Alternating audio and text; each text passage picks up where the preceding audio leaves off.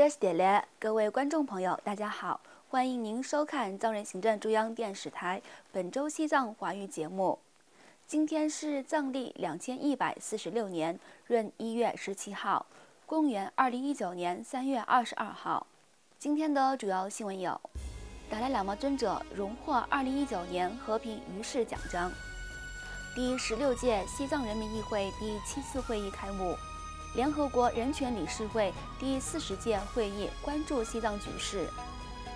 西藏前政治犯被秘密判处18年徒刑；美国宗教自由大使敦促中国恢复藏中和谈；美国国务卿蓬佩奥指出，尼泊尔外交部长保证流亡藏人不会被遣返回西藏。下面请看详细内容。美国爱荷华州主教托马斯·辛苦拉于本月4号在印北达兰萨拉向西藏精神领袖达赖喇嘛尊者颁发2019年和平于世奖，以表彰尊者促进世界和平以及宗教间和谐的不懈努力。达赖喇嘛尊者在接受该奖项后表示，非常荣幸获得这个奖项，并认为这是他对世界和平微不足道的贡献所得到的认可。达赖喇嘛尊者提到，尽管在世界上各个宗教的观点都不相同，但都传达共同的讯息——爱。该奖项是为了纪念天主教宗若望23世而设。该奖项由达文波特天主教一族委员会与11个宗教组织联合颁发，由阔德城和平于世联盟负责运作。此外，第16届西藏人民议会第7次会议于3月19号在印度北部达兰萨拉的西藏人民议会会议厅中开幕。此次会议将审议和批准藏人行政中央2019至2020年度财政预算，以及为西藏自由事业献出宝贵生命的境内藏人同胞和支持西藏人士制定官方悼念决议。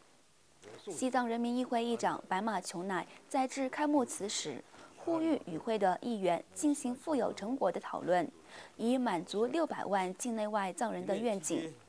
议长白马琼乃强调，作为人民选举出来的代表，我们必须积极地反映民众的观点和情感，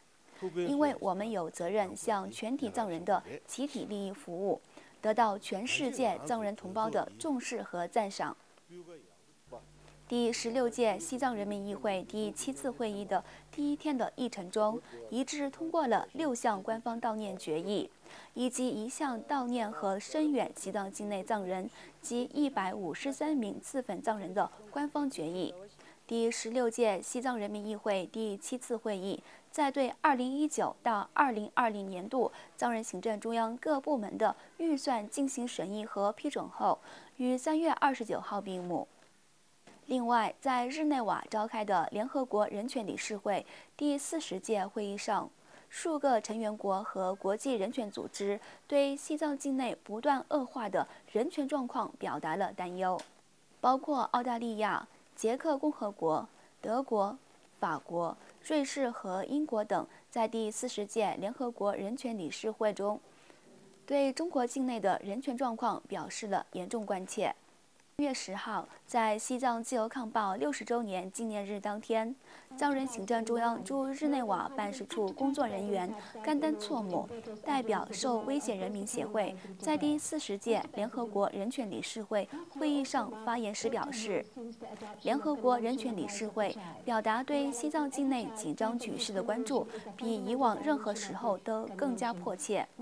自2009年以来，西藏境内已有超过153名藏人自焚，以抗议中国当局压制藏人的基本权利。甘丹措姆还呼吁联合国人权理事会敦促中国坚持其承诺，尊重西藏人民的权利，并积极恢复与达赖喇嘛尊者代表间的对话。在本次联合国人权理事会会议期间，包括赫尔辛基基金会、国际人权服务组织等国际人权团体共同呼吁中国当局尊重西藏人民的基本权利。另外，据来自西藏境内的可靠消息，西藏前知名政治犯洛朱嘉措和他的妻子嘎吉在去年遭中共秘密判刑。嘎吉因拍摄视频遭中共判刑2年，而洛朱嘉措被判处18年徒刑。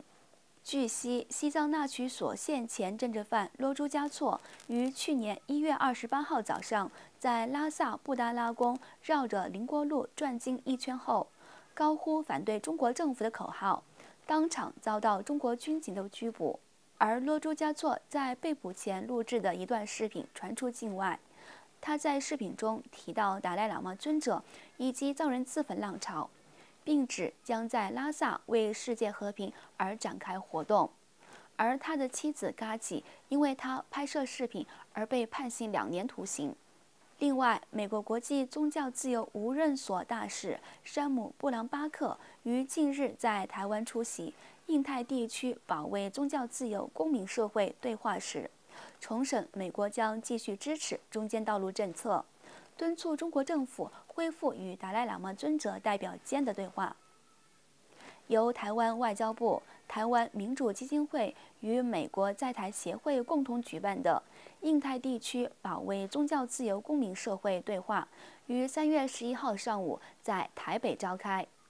台湾总统蔡英文与立法院院长苏家全、美国国际宗教自由无任所大使山姆·布朗巴克等出席活动，并发表讲话。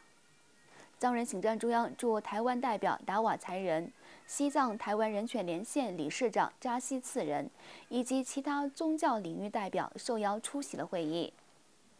美国国际宗教自由无任所大使山姆·布朗巴克在对话活动上发表演讲时指出，2019年3月是达赖喇嘛尊者被迫流亡60周年的特殊日子，并谴责中国政府占领西藏。同时称中国将西藏文明的核心佛教信仰妖魔化。此外，上周二在西藏自由抗暴60周年来临之际，法国参议员和坚定的支持西藏人士杰奎琳·尤斯塔切于3月12号呼吁法国外交部部长关注西藏问题，并要求法国政府在中国国家主席习近平于3月底访问法国期间提出西藏境内的极度恶劣的人权状况。请继续收看今天的最后一则新闻。本周二3月19号，欧洲议会举行关于中国在教育营对少数民族的迫害会议。会议由欧洲议会议员托马斯麦主持。会议分2个部分召开：一、关于中国人权状况的小组讨论，以及关于欧盟如何应对第2次审议等问题。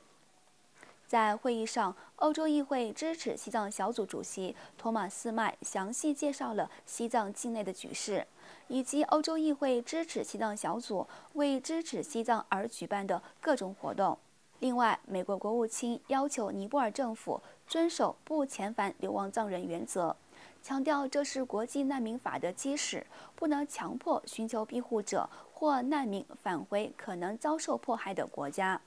据美国驻尼泊尔大使馆发布的消息，美国国务卿蓬佩奥致函祝贺尼泊尔总理任职1周年，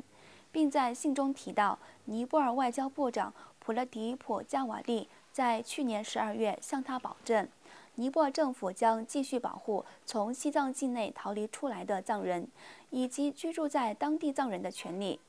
观众朋友，藏人行政中央电视台本周西藏华语节目就到此结束了，感谢您的收看，我们下期同一时间再会。